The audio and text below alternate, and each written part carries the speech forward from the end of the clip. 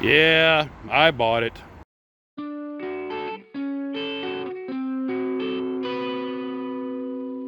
Well, hello, Glue Troopers. Max and Max's models here. After I finished studying this morning, I did a little more work on the World Cruisers, and then I hobbled on down to Hurricane Hobbies, where I saw some kind of cool stuff that Ian has in stock now. Some of it is you're gonna see some cell phone video here in a bit, but some of it are stills. He's got these IMAX radio controlled tanks, and they're not any specific real tank. You can tell they're kind of based on real tanks, but not necessarily actual tanks. And those are pretty cool. If only they had VR goggles that would work with them, that would have been awesome. But I also just stumbled across a Guilo's catalog. You don't see those too often. And this light up panel that you're basically a work, you lay it on the desk and you work on top of it. So, we'll be taking a look at that later. And a lot of other cool stuff. So, let's go ahead and cut over to some of the cell phone footage and then what happened when I got back. It was just a day of things. So, in no particular order, here we go. Hey, Glue Troopers, Max's Models here, and I am risking the background music being played here at Hurricane Hobbies, getting this thing kicked off the YouTube, but our friend Paul Adams in New Zealand sent me this stuff about some old Man from Uncle coloring books, and while I was here, it made me think about, maybe I should get this. My sister, actually, when we were having dinner the other night, mentioned that she loved the car they had on the Man from Uncle, and I was like, well, they got a model of it, and that's maybe that's the styrene rubber talking to me. Also saw something else over here. They've got these lighted workstations. It's like a little, the pads you lay down and working models on, it lights from underneath, backlighting. I'm wondering if I should get one of those. A lot of other cool stuff here, including two different Titanics, the Minicraft one in 1 to 350 and the Airfix one in 1 to 400, and they're both the same price, like $99.95. Also, we might do another live stream here from Hurricane Hobbies in the near future, depending how things go. So that's what's happening right here. If you guys get a chance, happen to be in Jacksonville, swing by, say hi, buy a model. We'll talk about it later, and as always, model on. Yeah, I bought it. Today was a day made for a convertible. So me and the Red Baron making a run over to Hurricane Hobbies. Okay, actually, we're on our way home. But, I might put this at the beginning of the video, maybe not. We'll see. Okay, I gotta stop right here and do a fourth wall break for a second. Some of the things you're going to hear me narrate in real time turned out to be incorrect. Some of you guys will catch it.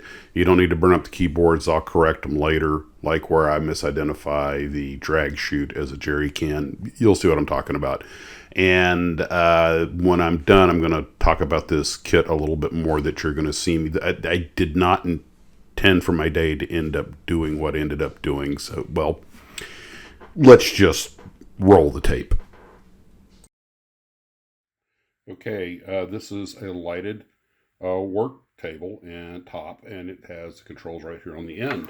So let's see how this thing, it comes with a very long cable, but you have to have your own charger to plug it into. Let's see how it works.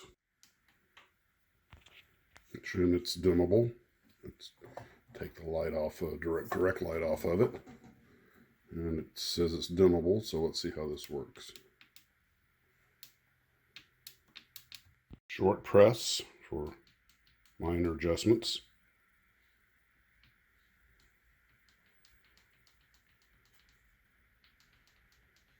And that's as bright as she gets. Let's see what she's like to work on. Well, it's not the cure-all, but it definitely does make for better visibility. Still nothing beats direct light, but okay.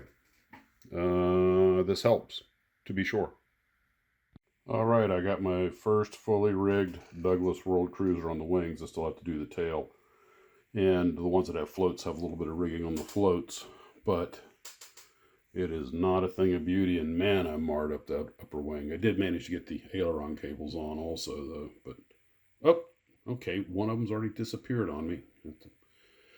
That's going to need a lot of touch-up. Oh, this is not going well. Okay. Okay, got the aileron cable back on.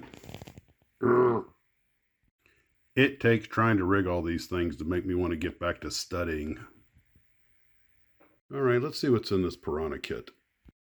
All right, here are the chrome pieces, and this lighted workstation is kind of nice for doing this demo of the parts. I got a little light here up on top, and just doing it right here on my desk. Working pretty good. Here are the clear parts. I got the red and the two side pieces in the windshield. This is the next bag. We have the top, the interior, the bottom, the doors, and a couple other components, and that almost looks like a jerry can. Actually, it's exactly what it looks like. And here we have I guess that's a bumper, a few other components. Looks like a pretty straightforward build. There is a quick test fit of the three components, top, bottom, and interior. And so far, so good. Here's the last bag of parts, and of course the tires, separate bag. Should be a fairly quick build. Like, I don't have enough on my plate, but I'm pretty much going to shoot it in one color and put it together. And here is the engine. It just doesn't seem to be the super complex engine that you see on a lot of AMT model cars, but I guess that's what it had. All right, build the engine, drop the other components in.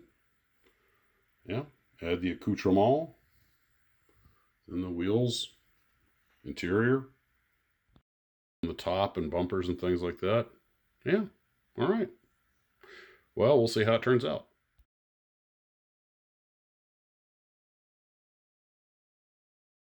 As long as I'm sitting here, I might as well clean the metal off the part of this little air cleaner that's supposed to adapt so the glue will have a place to bond. Go ahead and get started on the engine while I'm sitting here. Okay, crucial discovery. A lot of these engine parts are actually on the chrome piece, and the numbers do not match. Okay, this is another comment I'm going to take back in a bit. The big black circles with the white numbers are not the part numbers. It's the little numbers for the chrome parts, like where it says 500 and 504. And I'll probably straighten that out later, but I realized that pretty shortly after this, but I figured this whole thing is kind of a real-time stream of consciousness sort of thing, so I'll just leave in the oopsies. For example, this Ford plate to the engine that is labeled number 3 on the sprue, it's 504 on the sprue. So that's the chair creaking. We're just going to have to figure out by shape what goes where. There doesn't appear to be any continuity, but unless there's some kind of guide on here I missed. Let me check. The only guide is a paint guide, so just going to have to look at the parts and figure out what goes where. And some of the parts are on the regular white plastic sprue, and others are on the chrome. Just to figure it out. This engine has a lot of really small parts that are chrome covered that you have to file off to get the glue to bite. So it makes it really tricky, for example, to attach these three components. That's 3 components right there. And it's these 3 right here. And I still got to put the covers on it. So that's a lot of grinding on small parts. I think they'd really be better off just not even to chrome this tree. Really, it would be a lot simpler if they didn't. You just paint the parts silver. All these engine parts being chrome is just a pain. When it comes to the chrome parts, you got to look for these 3-digit numbers, not the big number there.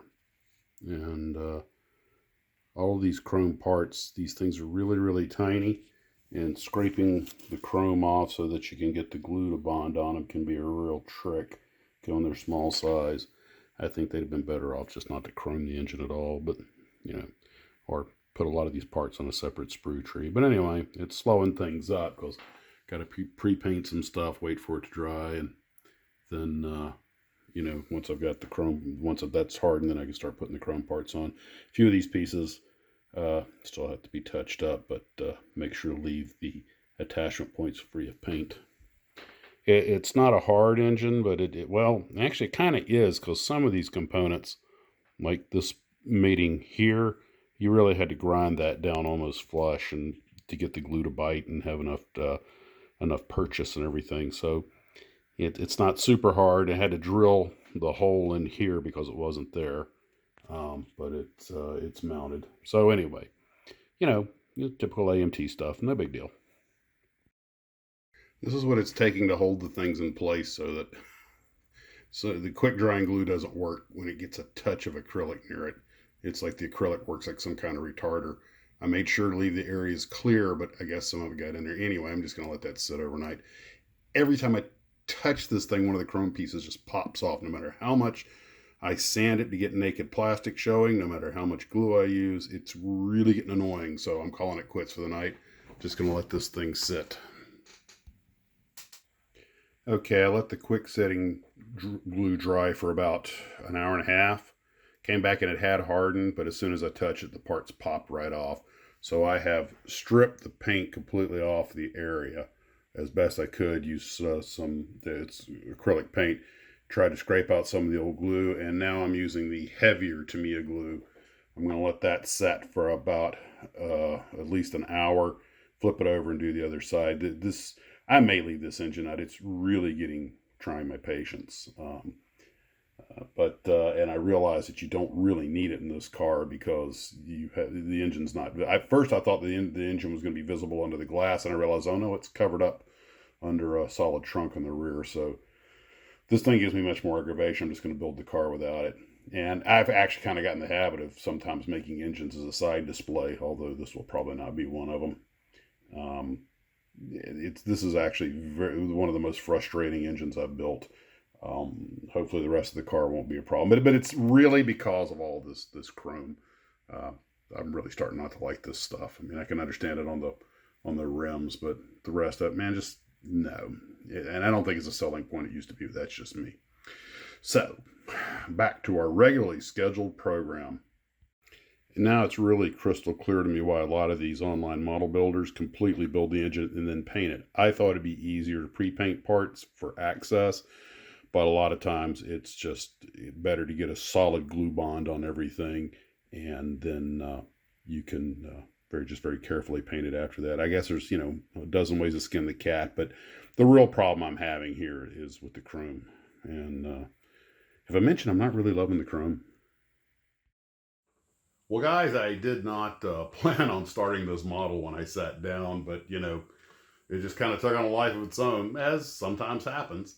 But I do like this little lighted board for some things. It's like I say, it's not an end-all, cure-all to all your problems and ails, but it's cool. And I'm going to take a couple of photos using it to underlight the model and just kind of see how it looks. And that'll be the show for tonight, guys. Hope you're having a great day, and as always, model on.